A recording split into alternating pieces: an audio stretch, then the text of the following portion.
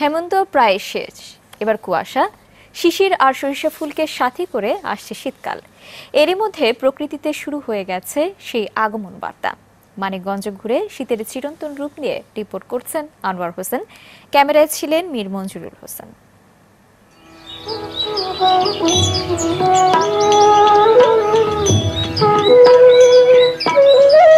কুয়াশা ছড়িয়ে দিয়েছে তার শুভ্র হিম চাদর।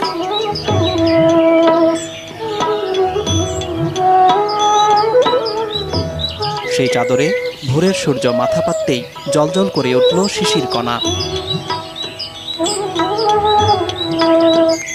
ওদিকে তখন ভোরের আলোর ছোঁয়াতে হলুদের আভা ছড়িয়েছে সরিষা ফুল, তাই তো সাত সকালে হাজির মৌমাছি।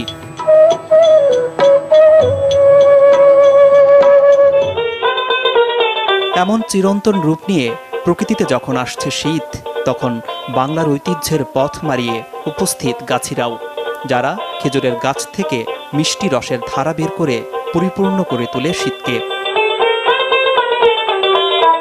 গাছগুলো আমরা বিকেলবেলা চাষ দিই, পরে সারা রাত ওই হাঁড়িতে রস পড়ে, ধরো মোটামুটি 2-3 মণ রস হবে। মানে কতগুলো গাছ আছে এখানে? এখানে গাছ আছে বা 200 গাছ আছে। গনগনে আগুনের তাপে এই রস দিয়েই হয় গুড়, সেও এক বিরাট কর্মযজ্ঞ। আমরা জানি যে খেজুরের গুড় তৈরি করার সময় অনেক মিষ্টি ঘ্রাণ বের হয়, আমরা সেই মিষ্টি সুমিষ্ট ঘ্রাণ কিন্তু এখন পাচ্ছি। তো এই খেজুরের গুড় তৈরি করার আগে তো আপনাদের রস জাল দিতে হয়, আপনারা কতক্ষণ ধরে রস জাল দেন? আমরা ধরেন গাছে পাইরি পুরি ধরেন 2 ঘন্টা জাল দিই। জাল দেওয়ার পর ধরেন এই ডালডা মালডা দিই, পরিষ্কার করি, নামা টাকমাক করে নামাই। আগুনের আঁচে রস হয়ে ওঠে ঘন, পরে তা ছোট ছোট ছাঁচে ঢেলে দেয়া হয় গুড়ের আকার। আমরা প্রথম ধরেন নামাই বীজ ঘুঁটেছি, বীজ ঘুঁটে জমাইছি, ঠান্ডা করার পর জমে গেছে, আইসে আমরা ঢালছি, বাজারে নিয়ে যায় বেঁচে পাইকারি বেঁচে আসবো। কত করে ওখানে বিক্রি করবেন কেজি? ওখানে বিক্রি করবো আপনার 80 টাকা কেজি। শুধু খেজুরের রস আর গুড়ি নয়, শীত ডেকে নিয়ে আসে দুরন্ত শৈশবকেও। বর্ণিল এমন খণ্ড খণ্ড দৃশ্য পুরো শীত জুড়ে থাকবে বাংলার পথে প্রান্তরে।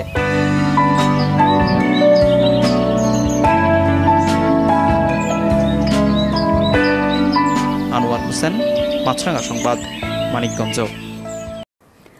বাতাসে শীতের আগমনী বার্তা, আর গ্রাম বাংলার মাঠে হাসছে নতুন ধান। ঘরে ঘরে শুরু হয়ে গেছে পিঠা উৎসব। মানিকগঞ্জের গ্রামীণ জনপদ ঘুরে এসে সেই পিঠাপুলির ঐতিহ্য তুলে ধরছেন আনোয়ার হোসেন, ক্যামেরায় ছিলেন মীর মঞ্জুরুল হোসেন।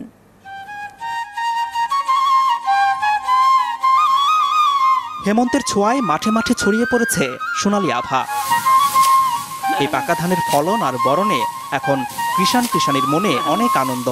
কাস্তে হাতে ধান কাটার সময় তাই তাদের কণ্ঠে বাজছে গান।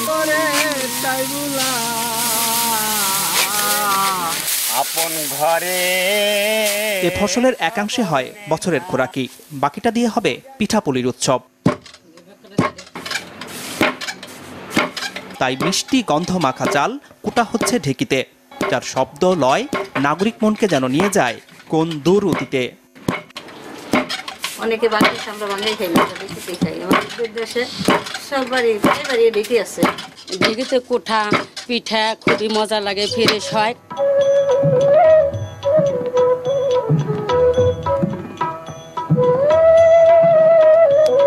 চালের গুঁড়ো দিয়ে কৃষাণীর পটু হাতে শৈল্পিক রূপ পাচ্ছে জিভে জলানা পিঠাগুলো। বাহারি এসব পিঠার কোনোটার নাম ভাপা, সিদ্ধকুলি, সংসার, আবার কোনোটা মালপোয়া আর পাটিসাপটা, রয়েছে মিষ্টি স্বাদের নকশি পিঠাও।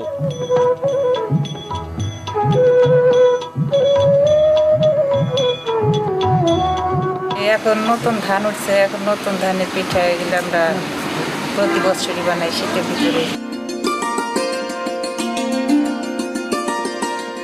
হিম হিম শীতের আমেজ গায়ে মেখে গরম গরম এসব পিঠা মুখে তুলতে উৎসাহী বাড়ির সব বয়সীরা।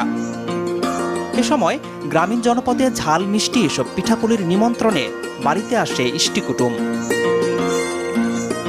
শ্বশুর বাড়ি আসছি, এখন ওই যে নতুন ধান উঠছে, প্রতি বছরই আসি, এই পিঠা পিঠা বানায়, এই যে দাওয়াত করে। সামনে শীতকাল, আর এরই মধ্যে নবান্নের ধানও উঠে গেছে, তাই নতুন সেই ধান দিয়ে সামনের পুরো শীতকাল জুড়ে চলবে এরকম পিঠাপুলি তৈরির উৎসব। আবহমান কাল ধরে বাঙালিরা এই রেওয়াজ ধরে রেখেছে।